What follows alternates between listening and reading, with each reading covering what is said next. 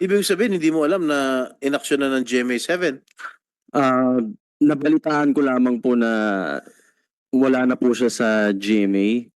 But since wala po kaming na receive na official na yan po, yung letter na resolution po, ay kasi nababalitaan po namin na nakakapag musical director pa rin siya sa mga shows, sa mga concerts.